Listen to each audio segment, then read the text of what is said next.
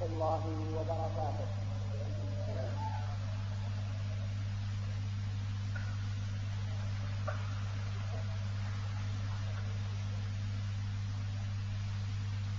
الحمد لله نحمده ونستعينه ونستغفره ونعوذ بالله من شرور أنفسنا ومن سيئات أعمالنا. من يهده الله فلا مضل له ومن يضلل فلا هادي له. أشهد أن لا إله إلا الله وحده لا شريك له وأشهد أن محمدا عبده ورسوله. يا أيها الذين آمنوا اتقوا الله حق تقاته ولا تموتن إلا وأنتم مسلمون. يا أيها الناس اتقوا ربكم الذي خلقكم من نفس واحدة وخلق منها زوجها وبث منهما رجالا كثيرا ونساء واتقوا الله الذي تساءلون به والأرحام إن الله كان عليكم رقيبا. يا أيها الذين آمنوا اتقوا الله وقولوا قولا سديدا يصلح لكم أعمالكم ويغفر لكم ذنوبكم ومن يطع الله ورسوله فقد فاز فوزا عظيما.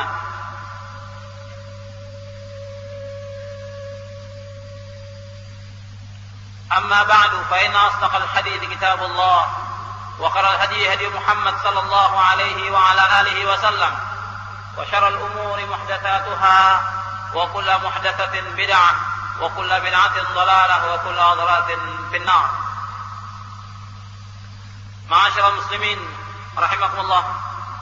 Bapak, ibu-ibu dan saudara-saudara yang dimuliakan oleh Allah. Alhamdulillah, kita bersyukur kepada Allah Subhanahu wa taala. Pada malam ini kita diizinkan oleh Allah dengan kehendaknya datang ke tempat ini untuk mengadakan kajian yang beberapa bulan sekali kita adakan di tempat ini, yang mudah-mudahan apa yang kita kaji dari ayat-ayat dan hadis Nabi bermanfaat untuk kita. Ma'asyiral muslimin rahimakumullah. Pada malam ini kita akan mengkaji satu permasalahan yang penting sekali, yang permasalahan ini sudah banyak dibahas oleh para ulama terdahulu,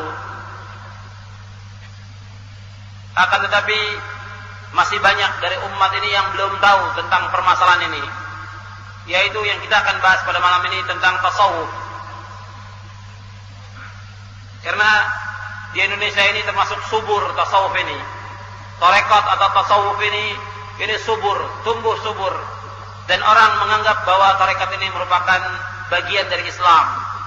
Yang insya Allah kita akan bahas satu persatu sebagaimana dijelaskan oleh para ulama tentang masalah ini.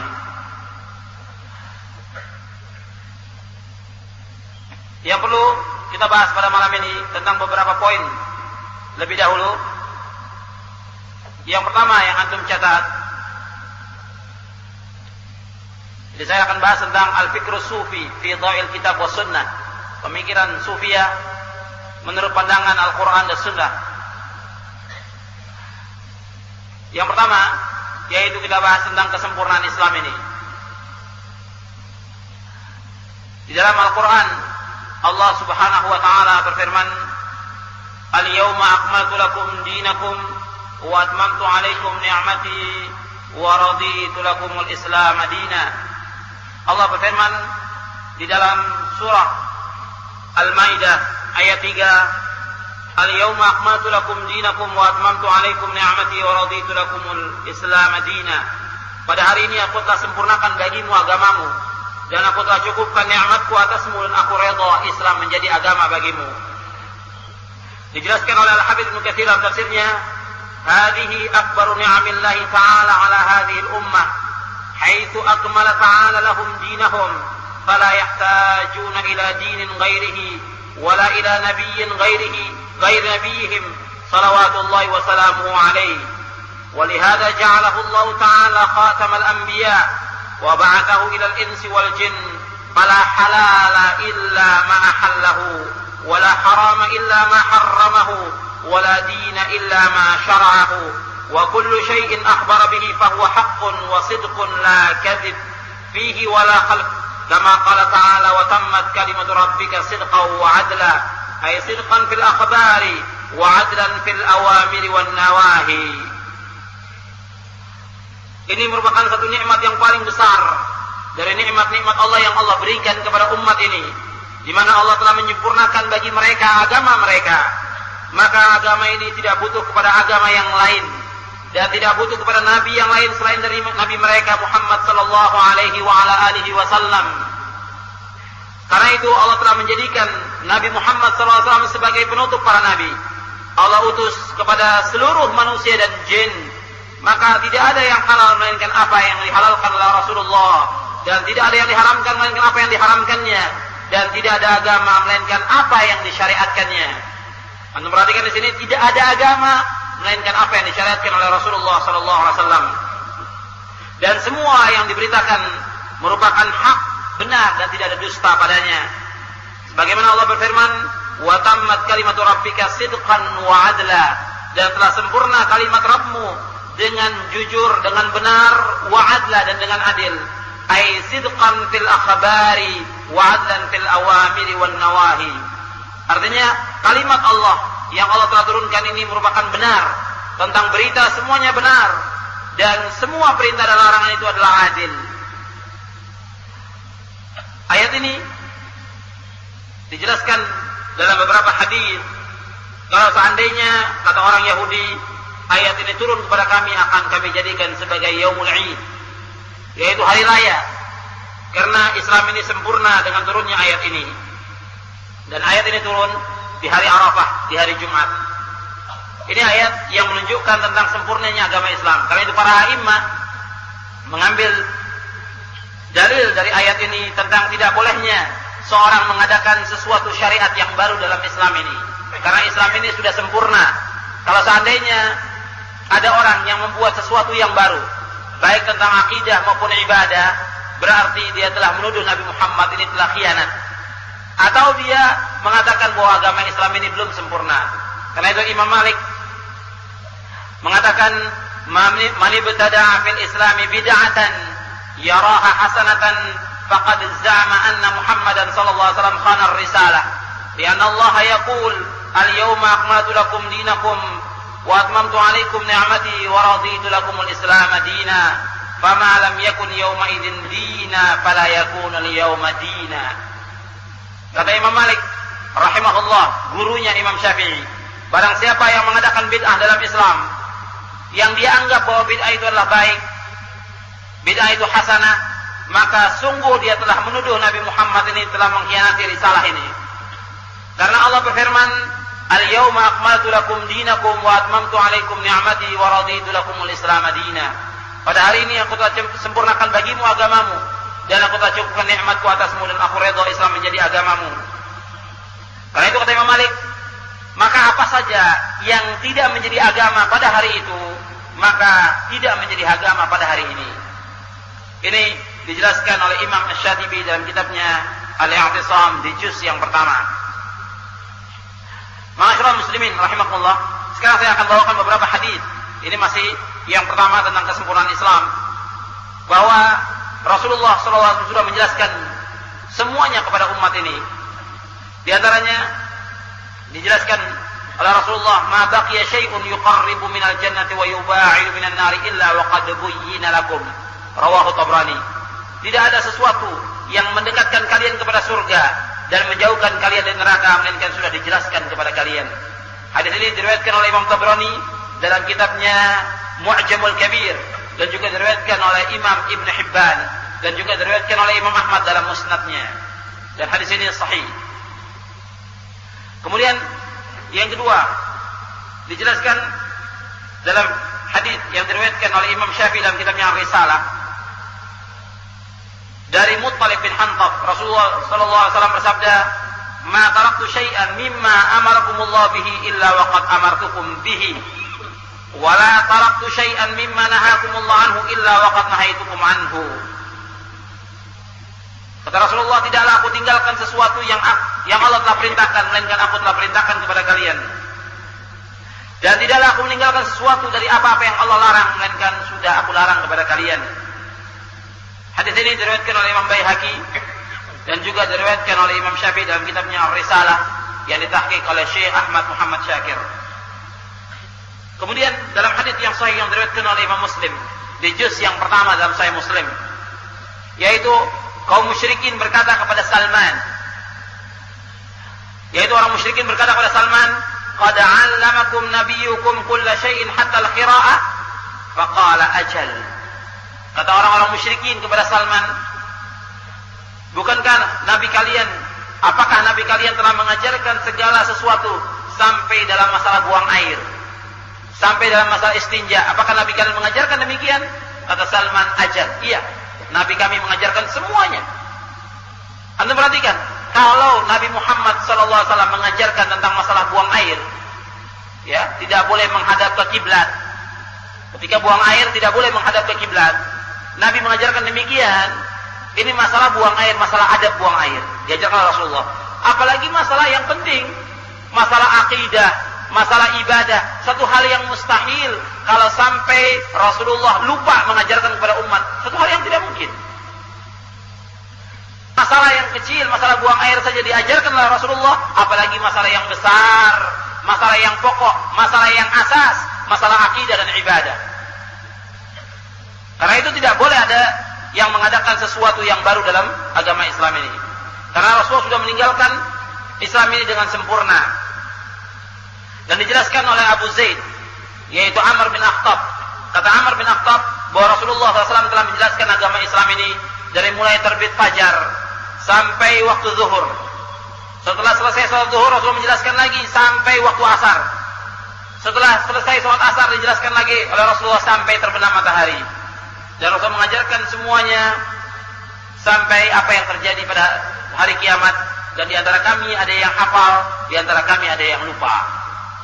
Hadis ini sahih diriwayatkan oleh Imam Muslim dan Imam Ahmad.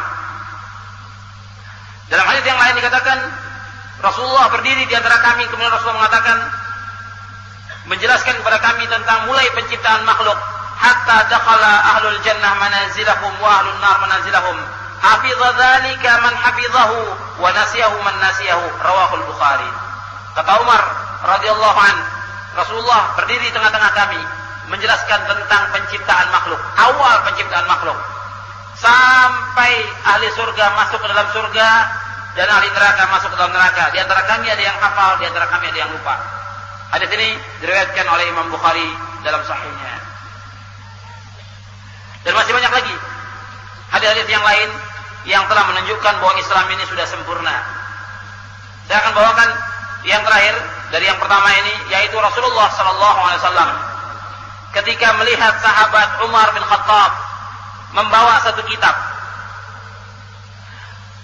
yaitu memegang Taurat. Kemudian Nabi SAW marah. Orang tidak ragu tentang imannya Umar bin Khattab. Bahkan kata Nabi, kalau seandainya ada Nabi sesudah Nabi Muhammad, lakana Umar. Nabi tidak ragu. Tapi Nabi ketika melihat Umar memegang Taurat, Nabi mengatakan, amutahawwikuna fiha ya ibn al-Khattab, walladhi nafsi laqad ji'tukum biha naqiyyah, la tas'aluha an syai'in fayukhbirukum bihaqqin. Kata Nabi SAW, amutahawwikuna fiha ya ibn al-Khattab, apakah engkau merasa ragu-ragu, wahai ibn al-Khattab? Demi diriku di tangan Allah, sungguh aku telah bawa kepada kalian, aku datang kepada kalian dengan sesuatu yang bersih, yang tidaklah kalian bertanya sesuatu melainkan akan diberitakan tentang sesuatu ini. Dan janganlah kalian percaya kepada mereka, artinya kepada ahlul kitab ini. Kemudian dilanjutkan Rasulullah, waladhi nafsi biyadihi law anna Musa sallallahu alaihi wasallam hayyan ma wasi'ahu illa ayattabi'ani. Demi yang diri Muhammad di tangannya, kalau seandainya Nabi Musa itu hidup, maka tidaklah berhak bagi Nabi Musa melainkan dia harus mengikuti aku. Hadis ini diriwayatkan oleh Imam Ad-Darimi dalam sunannya dan Ibnu Abi Asim dalam kitabnya As-Sunnah, dan juga Ibnu Abdul Bar dalam kitabnya Jami' Bayan al-Ilmi wa Fadlih. Dan beberapa lagi. Ini dalam hadis ini menunjukkan bahwa Rasulullah SAW melarang kita untuk mengambil petunjuk selain dari Al-Quran was Sunnah. Rasulullah melarang kita mengambil petunjuk dari selain Al-Quran was Sunnah. Jadi mengambil petunjuk harus dari Quran dan Sunnah. Kemudian Rasulullah SAW telah membawa agama ini, atau telah datang dengan agama ini dalam keadaan putih bersih, tidak ada campurannya, tidak ada syirik, tidak ada bid'ah, tidak ada khurafat, tidak ada yang lain, bersih, bayda naqiyah, putih bersih, malamnya seperti siangnya. Kemudian juga para nabi, kalau seandainya para nabi ini hidup setelah datangnya Nabi Muhammad, maka para nabi itu harus mengikuti Nabi Muhammad sallallahu alaihi wasallam. Ini menunjukkan bahwa agama setelah datangnya Nabi Muhammad ini sudah dihapus dengan Islam ini. Maka Yahudi atau Nasrani, mereka itu harus masuk ke dalam Islam. Kalau mereka tidak masuk ke dalam Islam, maka mereka tidak akan diterima oleh Allah agamanya, dan di akhirat termasuk orang-orang yang merugi. Ini yang pertama yang harus dipahami, bahwa Islam ini sudah sempurna. Tidak boleh lagi ada orang yang menambah-nambah dalam Islam ini. Sebab kalau ada orang menambah-nambah, maka apa yang dia lakukan itu tertolak. Man 'amila 'amalan laisa 'alaihi amruna fahuwa raddun. Kemudian yang kedua mencatat tentang beberapa kaidah yang harus dipegang. Sebab ini nanti dalam masalah tarekat atau tasawuf ini, nanti juga mereka punya manhaj talaqi. Yang antum perlu ingat, manhaj talaqi dari Ahlus Sunnah ini, seperti 2 hari yang lalu, di antara antum juga pernah dengarkan dalam muqaddimah saya, ketika saya menjelaskan tentang manhaj Ahlus Sunnah dalam menuntut ilmu, itu yang pertama, bahwa sumber dalam akidah atau hukum yaitu kitabullah dan sunnah Rasulullah sallallahu alaihi wasallam dan ijma' salafus saleh. Ini yang pertama yang harus dipegang oleh setiap muslim dan muslimah. Siapa saja, apakah dia orang awam, apakah dia guru, apakah dia ustaz, apakah dia kiai, atau siapa saja, ini harus diingat bahwa sumber kita dalam Islam ini adalah Al-Quran, Sunnah, dan ijma' sahabat. Kemudian yang kedua dari yang kedua ini, bahwa rujukan kita dalam memahami Al-Quran dan Sunnah, al-marja' fi fahmil kitab wa sunnah huwa an-nusus al-mubayyinatu laha wa fahmu salafis salih wa man sara ala manhajihi min al-a'immah. Jadi rujukan kita dalam memahami Al-Quran dan Sunnah yaitu nas yang menjelaskannya. Rujukan kita dalam memahami Al-Quran dan Sunnah yaitu nas-nas yang menjelaskannya, dan pemahaman salafus saleh dan orang yang mengikuti mereka dari para imam. Jadi yang kedua ini, rujukan kita dalam memahami Al-Quran dan Sunnah yaitu nas yang menjelaskannya. Saya ulangi ini karena ada juga orang-orang yang mengatakan kita berpegang pada Quran dan Sunnah, kita berpegang pada Quran dan Sunnah, tapi kenyataan pemahamannya berbeda dengan pemahaman salafus saleh. Jadi penekanan di sini yaitu kalau berpegang pada Quran Sunnah, pemahamannya harus mengikuti pemahaman salafus saleh, pemahaman para sahabat. Kalau ada yang bertanya, kenapa harus pemahaman para sahabat? Karena para sahabat yang dijamin oleh Allah Subhanahu wa taala dibandingkan orang-orang yang sesudahnya. Sebab Nabi bersabda, khairun nasi qarni, tsumma alladziina yalunahum, tsumma alladziina yalunahum. Sebaik-baik manusia adalah para masaku, kemudian yang sesudahnya, kemudian yang sesudahnya. Ini yang diperintahkan oleh Rasulullah SAW. Ketika Rasulullah mengatakan tentang berpecahnya umat menjadi 73 golongan, 72 masuk neraka, 1 yang masuk surga, Rasul mengatakan, ma ana alaihi al-yawma wa ashabi, yaitu orang yang mengikuti aku dan para sahabatku. Ini harus kita pegang. Ini pemahaman para sahabat, mereka yang lebih paham tentang Quran, mereka yang lebih paham tentang Sunnah. Karena itu Allah menyebutkan dalam Al-Quran bahwa para sahabat itu orang-orang yang diberikan ilmu oleh Allah Subhanahu wa taala. Kemudian setelah itu baru pemahaman para imam yang mengikuti jejak mereka. Seperti imam yang 4, Hanafi, Maliki, Syafi'i, Hambali, dan imam yang lain yang mengikuti jejak para sahabat.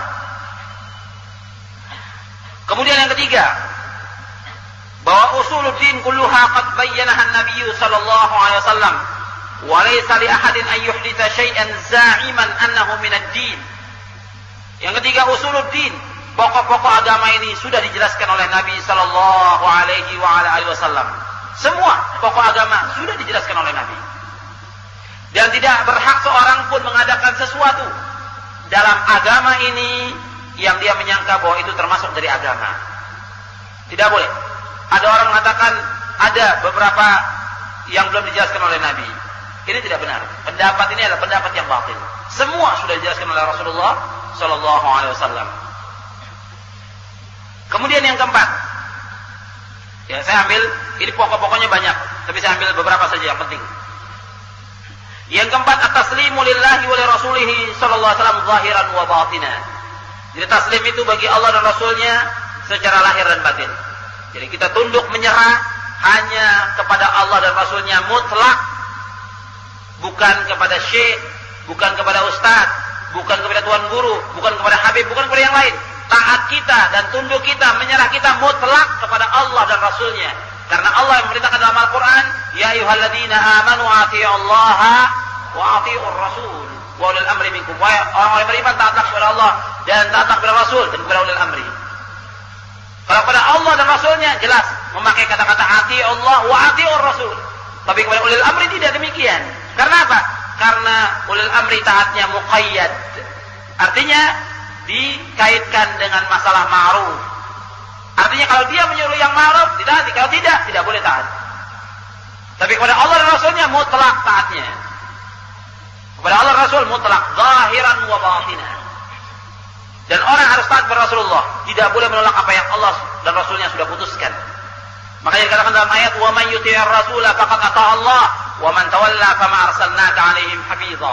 Dan barang siapa yang taat kepada Rasul berarti dia taat kepada Allah. Barang siapa yang taat kepada Rasul berarti dia telah taat kepada Allah. Dan barang siapa yang berpaling, kami tidak utus engkau sebagai penjaga atas mereka. Kemudian dalam ayat yang lain, dalam surah An-Nisa ayat 65 Allah berfirman, "Fala wa rabbika la yu'minuna hatta yuhaqqimuka fi ma shajara bainahum, thumma la yajidu fi anfusihim harajan mimma qadaita wa yusallimu taslima." Demi Rabbmu, mereka tidak dikatakan beriman sehingga mereka menjadikan kamu sebagai hakim terhadap apa-apa yang mereka perselisihkan di antara mereka. Kemudian mereka tidak dapat di dalam hati mereka rasa haraj, rasa sempit terhadap apa-apa yang kau putuskan, dan mereka tunduk dengan setunduk-tunduknya. Jadi yang keempat ini, taslim kita kepada Allah Rasulnya mutlak lahir dan batin. Karena itu tidak boleh ada sesuatu dari Al-Quran dan Sunnah ditolak dengan perkataan seorang syekh, atau dengan kias, atau dengan perasaan, atau dengan kasyf. Kasyf ini adalah penyingkapan. Si syekh atau tuan guru ini tersingkap sesuatu, dapat melihat Nabi atau Rasul atau melihat wali, sehingga wali itu memberikan sesuatu ilham atau yang lainnya.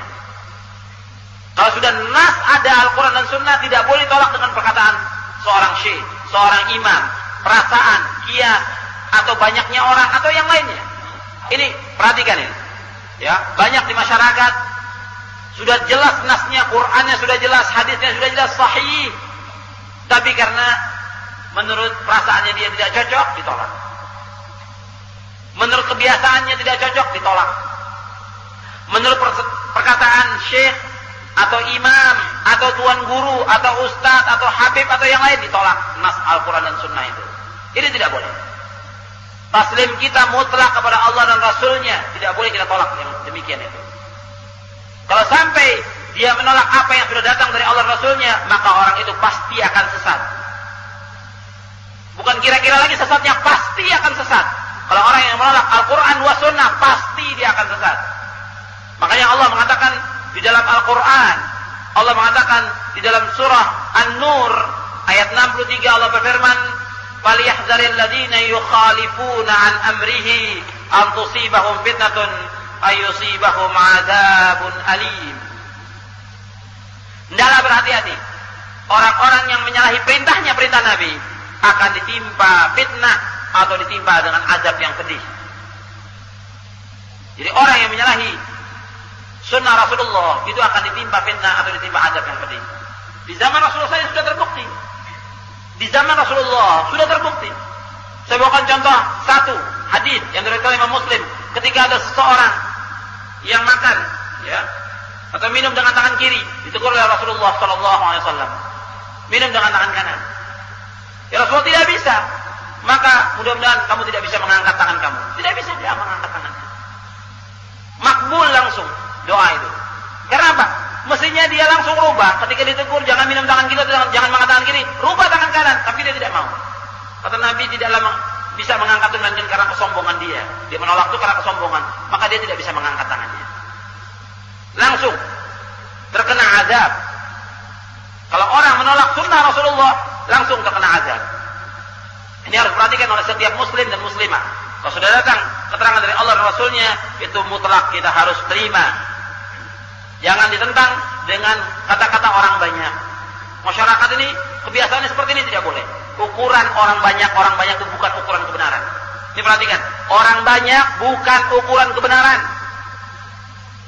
Allah berfirman di dalam Al-Quran dalam surah Al-An'am ayat 116, Allah berfirman, "Wa in tuti aktsara man fil ardi yudilluka 'an sabilillah, iyattabi'una illa dhanna wa inhum illa yakhrusun." Seandainya kamu ikuti kebanyakan manusia di muka bumi, niscaya mereka akan menyesatkan kamu dari jalan Allah. Sesungguhnya mereka hanyalah berdusta dan mereka hanya menyangka-nyangka. Jadi Allah sudah ingatkan, ukuran banyak bukan ukuran kebenaran. Kemudian syekh atau imam itu yang juga bukan ukuran kebenaran, mereka manusia. Kadang-kadang mereka benar, kadang-kadang mereka salah. Dan para imam Hanafi, Maliki, Syafi'i, Hambali, semua para imam rahimahumullah telah mewasiatkan kepada umatnya agar umatnya jangan mengikuti mereka apabila perkataan mereka itu menyalahi Al-Quran was sunnah. Mereka sudah berwasiat. Cuma umatnya ini yang tidak mau mendengar wasiat mereka. Wasiat para imam sudah berwasiat. Kalau seandainya ada perkataanku menyalahi sunnah Rasulullah, buang pendapatku. Semuanya sudah mengingatkan demikian. Yang kelima,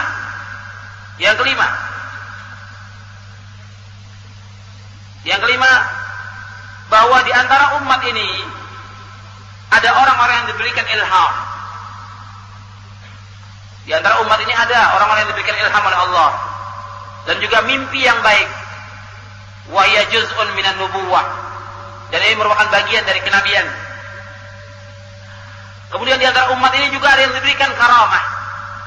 Di antara umat ini ada juga yang diberikan oleh Allah karamah. Tapi ingat, bi syarti muwafaqatihima lisyara' wa laysat masdaran lil aqidah wala lit tasyri'. Jadi, kalau ada orang berkata, kan di antara umat ini ada orang yang diberikan ilham, betul. Ada yang mendapatkan mimpi yang baik. Akan tetapi yang perlu diingat bahwa ilham, mimpi yang baik atau karamah tidak bertentangan, syaratnya tidak bertentangan dengan Al-Quran dan Sunnah. Harus sesuai dengan syariat dan bukan sebagai sumber dalam akidah dan juga bukan sebagai sumber dalam undang-undang. Jadi ilham itu bukan sebagai sumber. Karena apa? Quran dan Sunnah ini sudah sempurna, bukan sebagai sumber. Kemudian yang keenam, yang harus diperhatikan yang keenam, kullu bid'atin dhalalah wa kullu dhalalatin finnar. Jadi setiap bid'ah adalah sesat dan setiap kesesatan tempatnya di neraka. Ini harus dipahami bahwa setiap bid'ah itulah sesat. Tidak ada bid'ah itu yang hasanah sebagaimana yang dijelaskan oleh para imam. Bahkan kata Imam Syafi'i rahimahullah, man istahsana faqad syara'a. Barang siapa menganggap sesuatu itu baik, maka dia telah mengadakan syariat. Ini kaidah-kaidah yang harus dipahami dan dipegang oleh setiap muslim dan muslimah. Sekarang kita masuk yang ketiga. Yang ketiga tentang sekilas sejarah dari tasawuf ini. Di dalam Hasari'ah an Tarikh at-Tasawuf. Jadi ringkas, sejarah ringkas tentang tasawuf. Dijelaskan oleh para ulama, la yu'rafu ala wajhi tahdid man bada'a tasawuf fil ummah al-islamiyah wa man huwa awwal mutasawwif wa in kana al-imam Syafi'i rahimahullah indama dakhala Misr qala taraktu bi Baghdad wa qad ahdatha az-zanadiqah fiha shay'an yusammunahu as-sama'. Jadi tidak dikenal tentang batasan kapan mulainya muncul tasawuf ini di tengah-tengah umat Islam ini. Dalam sejarah tidak pernah tercatat kapan munculnya tasawuf itu, tahun berapa munculnya, dan siapa yang pertama ahli tasawuf itu, siapa pertama kali. Ini juga tidak ada. Meskipun Imam Syafi'i rahimahullah ketika masuk Mesir tahun 199 Hijriah, Imam Syafi'i ketika masuk Mesir tahun 199 Hijriah, Imam Syafi'i mengatakan, aku meninggalkan kota Baghdad. Dan sesungguhnya di Baghdad itu ada orang-orang zindik yang mengadakan sesuatu yang baru dalam agama ini, yaitu mereka mengadakan nyanyian dalam ibadah. Jadi musik-musik nyanyian itu yang pertama kali yang mengadakan orang-orang zindik. Kata para ulama sesudahnya mengatakan bahwa yang dimaksud orang-orang zindik ini adalah orang-orang tarekat.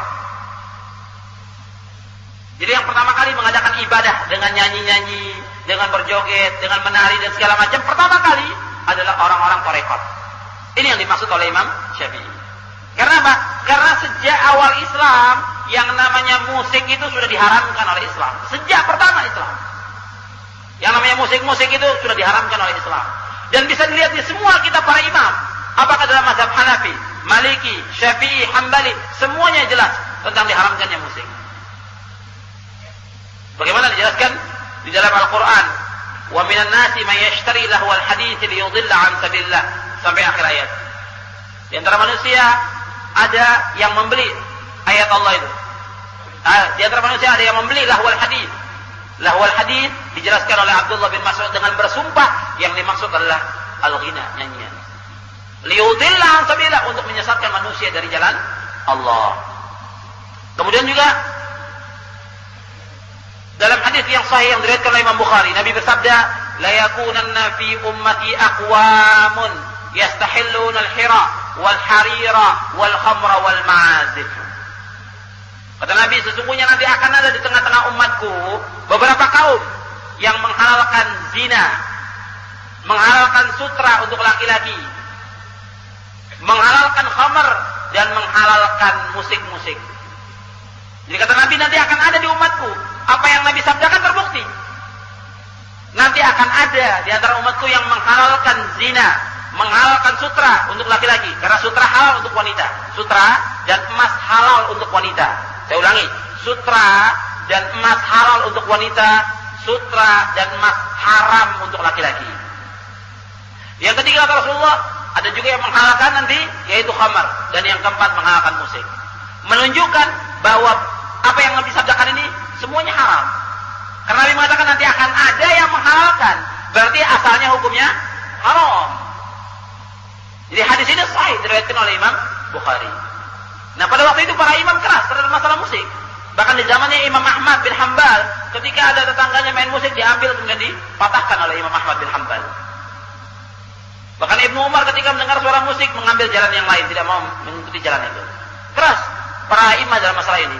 Dan antum bisa lihat ayatnya tentang musik ada dalam Al-Quran, di antaranya ayat dalam surah Luqman ayat 6 itu. Kemudian juga hadisnya, kurang lebih ada 70 hadis yang menjelaskan tentang haramnya musik. Dengan ada yang sahih, tentunya ada yang dhaif, ada juga yang lain itu. Itu sudah dikumpulkan oleh para ulama dalam kitab Zammul Ma'azib dan yang lainnya. Nah, di sini saya mau jelaskan bahwa Imam Syafi'i mengatakan bahwa yang pertama kali mengadakan nyanyi-nyanyian dalam ibadah itu yaitu orang-orang zindik. Zindik ini dijelaskan oleh para ulama, yang dimaksud zindik di sini adalah orang-orang tarekat. Jadi wazanadiqa alladzina anahum Syafi'i huna humul mutasawwifah. Orang-orang zindik yang dimaksudkan oleh Imam Syafi'i di sini humul mutasawwifah, adalah orang-orang ahli tasawuf. Wasama, yang dimaksud sama di sini yaitu nyanyian. Kemudian yang lainnya yang dimaksudkan oleh para ulama musik-musik dan lagu-lagu, sehingga makanya orang-orang yang belakangan, antum lihat pengaruh dari tarekat ini sampai sekarang. Maka pengajiannya dengan nyanyian, mau azan nyanyi, mau ini nyanyi, sekarang antum bisa lihat semuanya dengan nyanyian. Ini asar bekas daripada tarekat dan tasawuf. Kemudian dikatakan oleh Imam Syafi'i lagi, "Lau anna rajulan tasawwafa awwalan nahari la ya'ti adh-dhuhra hatta yakuna ahmaq." Kata Imam Syafi'i, kalau seandainya ada orang yang belajar tasawuf di pagi hari, maka kalau sudah sampai waktu zuhur, dia adalah orang yang bodoh dan pandir. Ini menunjukkan Imam Syafi'i sudah menjelaskan tentang tasawuf ini tidak benar. Jadi tasawuf ini sejak abad kedua sudah ada. Kemudian pada abad ketiga, di antara tokoh tarekat tasawuf, yaitu ada Husain bin Mansur al-Hallaj, yang dia telah menampakkan tentang i'tiqadnya, yaitu i'tiqadul hulul. Yaitu maksud hulul di sini yaitu hululul khaliq bil makhluk.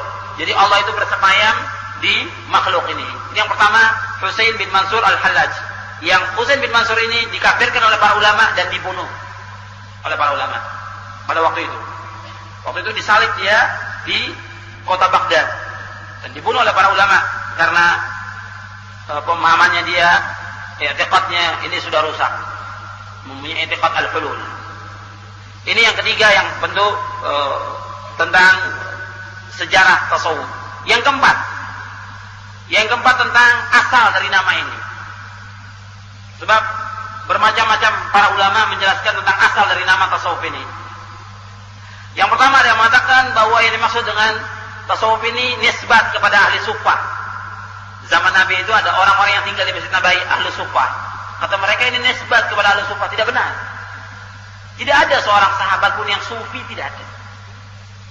Abadan tidak ada sahabat yang sufi. Kalau seandainya dikatakan nisbat kepada ahli sufah, bukan sufi tapi sufi mestinya nisbatnya. Nggak bisa dikatakan ahli sufah itu sufi, tidak bisa. Jadi sufi ini tidak benar karena beda. Mereka sufi. Yang kedua yang mengatakan bahwa yang dikatakan sufi itu adalah nisbat kepada orang-orang yang terdepan di saf depan bersama Nabi. Orang-orang yang berjuang bersama Nabi di saf yang depan. Ini pun tidak bisa. Kalau diambil kata saf, itu safi mestinya, bukan sufi. Itu juga tidak benar. Yang ketiga yang mengatakan bahwa nisbat kepada Sufah bin Bishr yang tinggal di Mekah. Ini pun juga dari segi lafaz salah. Yang keempat ada yang mengatakan bahwa nisbat kepada pakaian suf, wal, yang biasa dipakai oleh orang-orang sufi pada waktu itu. Ini yang dikuatkan oleh Syekhul Islam Ibnu Taimiyah dalam majmu' fatwanya di juz yang ke-11 tentang masalah memakai pakaian wal ini. Tetapi yang perlu diingat bahwa masalah tarekat sufiyah ini bukan sekedar masalah pakaian saja, tapi merupakan qadhiyah yang lebih bahaya daripada masalah pakaian, yaitu tentang i'tiqad, tentang pemikiran yang dimasukkan oleh ahlul kalam dan oleh ahlul filsafat ke dalam Islam, dan mereka ini jauh daripada Islam. Begitu dijelaskan oleh Syekhul Islam dalam majmu' fatwa di juz yang ke-11. Ya, tentang nama sufia ini pada hakikatnya tidak ada dalam Islam. Kalau seandainya pun diartikan ini kalimat hikmah, berasal dari Yunani, bermakna hikmah, akan tetapi ini bukan dari Islam. Jadi bukan dari Islam. Pada hakikatnya sufi ini bukan dari Islam. Kemudian yang kelima. Yang kelima tentang sumber atau masdar talaqi menurut sufiyah. Masdar talaqi artinya bagaimana mereka mencari ilmu itu. Kalau tadi sudah saya jelaskan di poin yang kedua, bahwa kita dalam mencari ilmu itu sumbernya Al-Quran, was-sunnah, dan ijma' salafus saleh. Kalau mereka tidak, mereka sumbernya yang pertama, mereka itu dengan ittisal bil jin. Jadi mereka mengatakan ada ilham atau wahyu yang mereka sangka para wali itu mendapatkan wahyu, dan juga dengan ittisal, dengan berhubungan dengan jin. Alladzina yusammunahum ar-ruhaniyyin wa bi'urujir ruh ila samawat. Yaitu mereka mempunyai hubungan dengan jin yang mereka namakan ruhaniyyin, dan naiknya ruh ke langit. Ini yang pertama sumbernya mereka. Jadi apa kata syekhnya, apa kata tuan gurunya mereka ini, yang tokoh dari tarekat ini mengatakan bahwa saya tadi malam bertemu dengan Allah. Allah memerintahkan saya begini, melarang saya begini. Kemudian diikuti oleh pengikutnya. Yang mereka katakan bahwa si syekh ini atau tuan guru ini mendapatkan wahyu. Ini yang pertama. Yang kedua yaitu kasyf. Kasyf ini penyingkapan. Artinya mereka itu bisa berhubungan langsung dengan Rasulullah SAW. Bukan manaman, yaqdatan. Bukan mimpi. Tapi jaga langsung komunikasi dengan Rasul. Ini dari segi ini saja sudah dikatakan bahwa mereka ini kadzab, pendusta mereka ini. Karena tidak ada seorang pun yang bisa berhubungan dengan Rasul dalam keadaan jaga, tidak akan mungkin, abadan. Tidak akan mungkin, karena Rasulullah sudah wafat. Dan tidak ada, kalau seandainya ada yang demikian, para sahabat sudah yang pertama kali mendapatkan demikian. Ini yang kedua, kasyf. Yang ketiga, mereka menyampingkan Al-Quran ini. Al-Quran dan Sunnah itu mereka tidak jadikan sebagai sumber talaqi. Karena menurut mereka, kalau seandainya mereka pakai juga Al-Quran, kata mereka punya tafsir sendiri. Jadi Quran yang kita baca secara zahir itu, kalau mereka tidak ada tafsir batin, yang mereka katakan tafsir batin. Maksudnya ayat ini begini, ayatnya punya rumusan begini. Ini sudah menolak Al-Quran dan Sunnah, mengenyampingkan Al-Quran dan Sunnah. Jadi mereka mengatakan bahwasanya ma'ani, makna-makna dan huruf-huruf Al-Quran itu tidak ada yang mengetahui kecuali orang sufi dan wali-wali dari sufi, kata mereka. Syekhnya yang tahu. Seperti kata Abu Yazid Al-Bustami. Abu Yazid Al-Bustami ini dia wafat tahun 261 Hijriah. Kata dia kepada orang-orang, "Akhadtum ilmakum mayyitan an mayyitin wa akhadna ilmana 'anil hayy alladzi la yamut." Kata mereka, kata Abu Yazid Al-Bustami, kalian mengambil ilmu itu dari orang yang sudah mati, dari orang yang sudah mati. Dan kami mengambil ilmu kami dari orang yang hidup yang tidak mati. Kata mereka, haddatsani qalbi an rabbi. Haddatsani qalbi an rabbi. Telah menyampaikan hatiku dari Allah langsung. Jadi enggak perlu Quran lagi, tidak perlu sunnah, kata mereka. Cukup Allah sudah memberikan kepada hatinya dan kemudian hatinya berkata kepada dirinya. Ini menunjukkan tentang kesesatan mereka dalam masalah masdar talaqi saja sudah berbeda dengan ahlu sunnah. Bahkan berbeda bukan dengan ahlu sunnah lagi, dengan Islam. Islam ini sumbernya Quran dan Sunnah. Mereka tidak jadikan Al-Quran dan Sunnah itu sebagai sumber. Mereka tinggalkan. Ini saja sudah dikatakan oleh para ulama bahwa tentang tarekat-tarekat ini lebih berbahaya daripada orang-orang lain. Sebagaimana para ulama berbicara tentang tarekat dan Syiah ini lebih berbahaya daripada Yahudi dan Nasrani. Kenapa? Mereka menamakan diri mereka Islam. Hidup dalam Islam. Pada hakikatnya mereka jauh dari Islam. Tentang akidah, tentang ibadah, tentang segala macam mereka jauh dari Islam. Bahkan Al-Quran dan Sunnah ini tidak dijadikan sebagai sumber oleh mereka. Dan mereka sumbernya adalah kasyf. Di antara yang tokoh yang terkenal, dan mungkin orang kaget kalau disebutkan namanya, di antara tokoh yang terkenal yang menyebutkan adanya kasyf yang merupakan ketentuan tarekat, yaitu Hujjatul Islam, yaitu Hujjatul Islam Imam Ghazali dalam kitabnya Ihya Ulumuddin. Itu yang pertama. Dikatakan oleh para ulama, wa qad kana al-Ghazali abrazu man takallama 'anil kasyf 'inda sufiyah. كما هو واضح في كتابه الإحياء فإنه جعل الكشف هو الفرقان بين الحق والباطل وهو الميزان في قبول أو رد ما وقع فيه الاختلاف بين الأمة فما وافقه الكشف فهو الصحيح الذي نأخذ به وما خالفه فهو باطل مردود. Dalam kitab Aulia Allah dijelaskan Ghazali ini merupakan orang yang pertama yang menonjol tentang masalah kasyf ini di kalangan orang-orang tarekat sufiyah, sebagaimana dijelaskan dalam kitabnya Ihya Ulumuddin. Dan dia yang menjadikan kasyf ini sebagai pembeda antara hak dengan batil dan sebagai timbangan dalam menerima atau menolak sesuatu yang terjadi ikhtilaf di tengah-tengah umat ini. Apa yang sesuai dengan kasyf itulah sahih, dan itu yang kita pegang. Apa yang tidak sesuai maka itulah batil dan mardud. Ini antum bisa lihat dalam kitabnya Ihya Ulumuddin. Atau dalam kitab Aulia Allah yang ditulis oleh Abdurrahman Ad-Dimashqiyah, dijelaskan dalam kitab Aulia Allah itu bahwa masdar kasyf ini merupakan masdar dari masdar talaqi menurut Imam Ghazali dalam kitabnya Ihya Ulumuddin. Ya, tentang kitab Ihya Ulumuddin ini pun ini dikritik oleh para ulama. Makanya ada yang ditulis oleh Syekh Ali Hasan Ali Abdul Hamid, judulnya Ihya Ulumuddin fi mizanil ulama wal mu'arrikhin. Ihya Ulumuddin fi mizanil ulama wal mu'arrikhin. Jadi Ihya Ulumuddin dalam timbangan ulama dan ahli sejarah. Dari mulai zamannya Imam Ghazali sampai sekarang ini itu dijelaskan bagaimana kritikan para ulama.